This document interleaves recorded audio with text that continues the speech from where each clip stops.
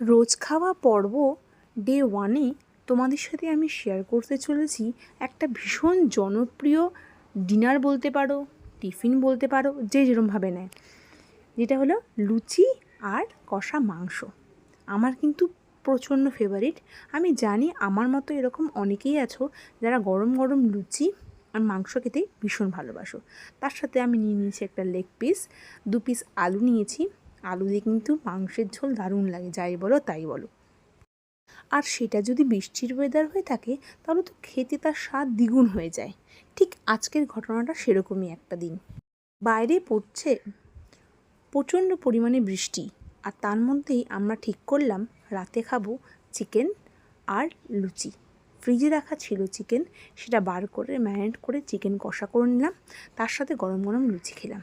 রাত্রের খাবারটা দারুণ জমে গেল, বৃষ্টির সাথে খুব এনজয় করলাম।